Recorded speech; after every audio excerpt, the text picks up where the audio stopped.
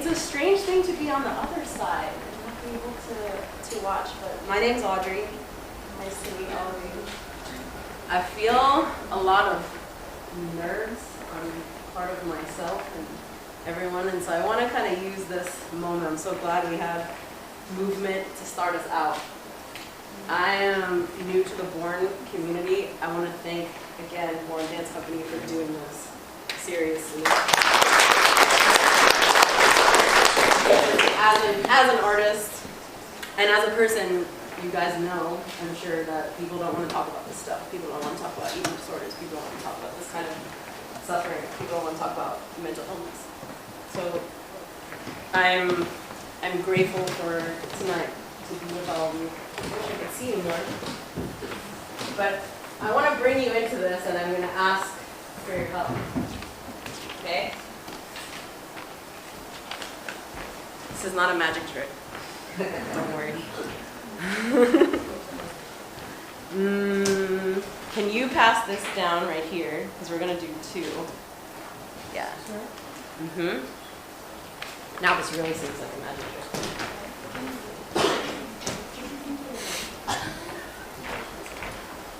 So, as I mentioned, I'm new to the Borne community, but not new to the Secret Theater, not new to this space. I'm a poet, performer, curator. I'm the director of public programs at Socrates Sculpture Park. I'm an LIC native. I love this place, and I'm grateful to be here with you tonight. I'm going to give you a prayer poem, which some of you guys are going to help me with, and if you feel it, I hope we all can kind of join in with it. And so when I say God in what I'm about to read, please don't take it in a patriarchal sense. Please don't take it in a way that it is tied to a particular faith or particular religion. For me, God is truest self, highest self, and the thing that holds all of us through, non-denominational. No need except that. Highest love, boundless imagination. I've been also on a journey of much pain, my own pain, family's pain. And I've medicated in many ways with men, with food. And I wanted to start with this quote before I get into it. Many of us spend our whole lives running from feeling, with the mistaken belief that you cannot bear the pain. That you have already borne the pain. What you have not done is feel you are beyond all the pain. To pull from St. Bartholomew.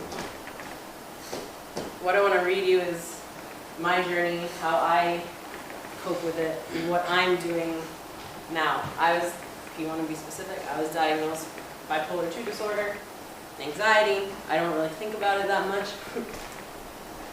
I'm not on medication right now. I have gone into myself in this journey that has led me very close to death many times. That has led me to almost losing my job, losing people I love, losing the things that I've worked very hard for. So, I think the beautiful thing about us being here is telling our stories. But we have to be aware and be cautious of how those stories affect us. Kind of remembering that quote at the beginning.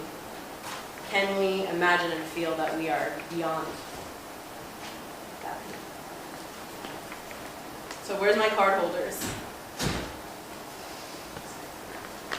So when I point to you in that moment, read in whatever way you feel what's on your card.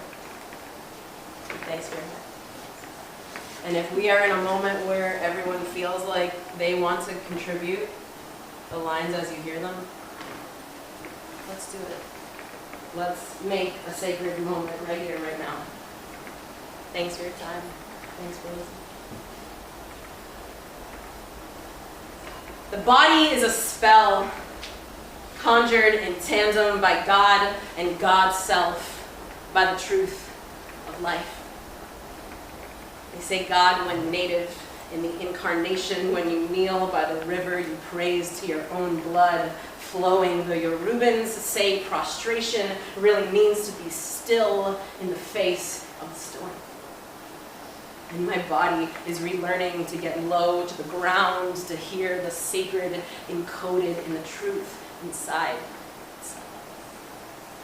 What are the things I have survived?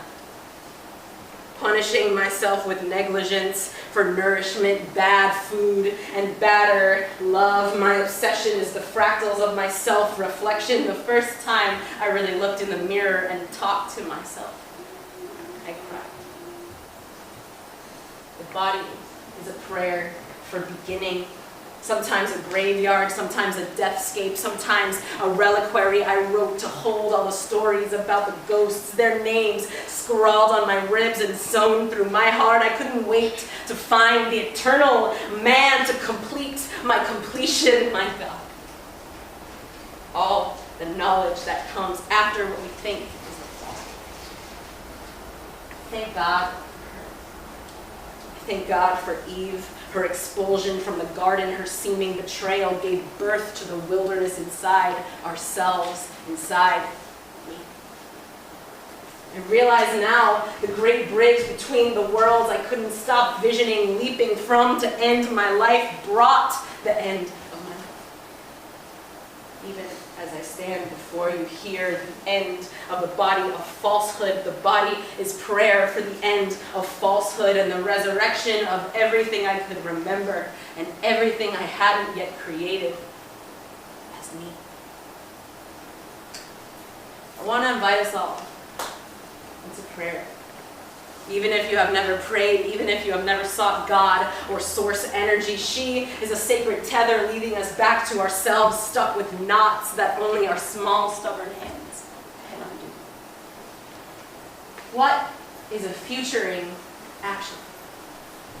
What is the future the body is walking into by virtue of its existence, by virtue of its will to continue onward here? To cry and scream and dance and sing and pray for the recollection of the goodness, for the recollection of the God inside us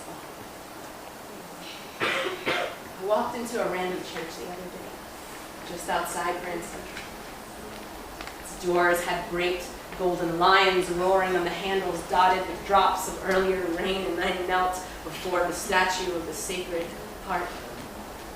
The stillness, inside the wonder, inside the shaking strangeness, inside the resolute Jesus was a legend, was a prophet, was a parable, was a mortal man, was an echo. I see him as my brother in arms, closer than some distant avatar, and in my own way, instead of closing my eyes and bowing my head, I outstretched my arms, showing him the holes in my own hands, bleeding, the knowing. The body is a prayer. The body bears a gift inside a wound inside a gift, and it is up to us to not forsake it. It is up to us to stand honestly within it. For however we are anguished or grievous, joyous or afraid, there is only one moment, and it is forever. This body, this hope, this willingness to say, I love you. I forgive you. I am not broken. I am still brave. I love you. I forgive you. I am not broken. I am still brave. I love you. I forgive you. I am not broken. I am still brave. I love you. I forgive you. I am not broken. I am still brave. I love you. I forgive you.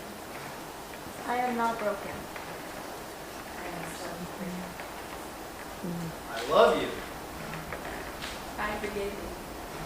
I am not broken. I am still brave.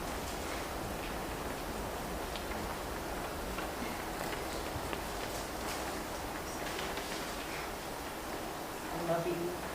I forgive you. This is a prayer for beginning to walk forward in my own way. And it begins with you and with me every single day. Bless you. I only have these small shining moments here with you. Feeling my way up, blind, this endless staircase met at every single landing by the specters of falsehood that nearly claimed my life. The voices, now so familiar as if laced inside my blood. You are mentally ill. You are a monster. You bring destruction to everyone you touch. Your life is pointless. Your work is worthless. You will never be free. You will never be enough. You are beyond hope. You are beyond help.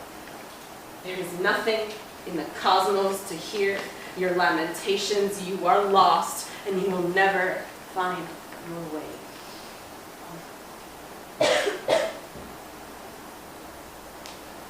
In the darkness, I can see a tiny flickering light far in the distance, further along, up high on the staircase.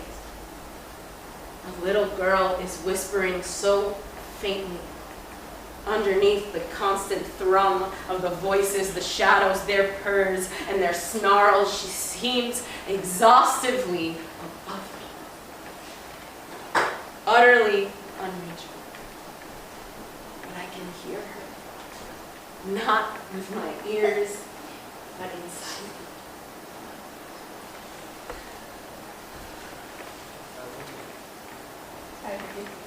I am not okay. I am not broken. I love you. I forgive you. I am not broken. I am still brave. Forgive you. I am not broken. I am still brave. Louder. I love you. I forgive you. I am not broken. I am still brave. Loudest. I love you. I forgive you. I am not broken. I am still brave. Louder still. I love you. I forgive you. I am not broken. I am still brave. I love you. I forgive you. I am not broken. I am still brave. I love you. I forgive you. I am not broken. I am still brave. There is a propulsion inside the incantation, and in the infinite time, inside many mortal years, her voice becomes louder, more perceptible than the others, more present than those who never stop talking, who never stop damning, pleading, grasping, treacherously being. And one day, after you have put down your sword and unclenched your jaw along with your fists, you will find yourself standing before her. Her bright face just barely illuminated by that one small flame. And after turning to look down at the staircase you have devoted your life to climbing, and up to the overwhelming height you still have yet to traverse, she takes your hand and presses your palm to the wall. And without a sound, it falls away. All of it. The narrow staircase, the darkness, the voices, that feeling of utter worthlessness, loneliness, the linearity, the bottomed out, gut-burning scarcity of climbing and never getting any farther or higher or closer. And you are blind this time by the light instead of darkness. The spaciousness regained inside your consciousness. The steady power of the prayer still repeating, growing, the golden fields before you, the waterfalls and the flowers, the thunder atop the mountains in the distance, the shimmering deserts and teeming forests, the sun on your face, the simplicity of that. Warmth. Your eyes adjust to the softness of the flames and recognize yourself in the little girl before you.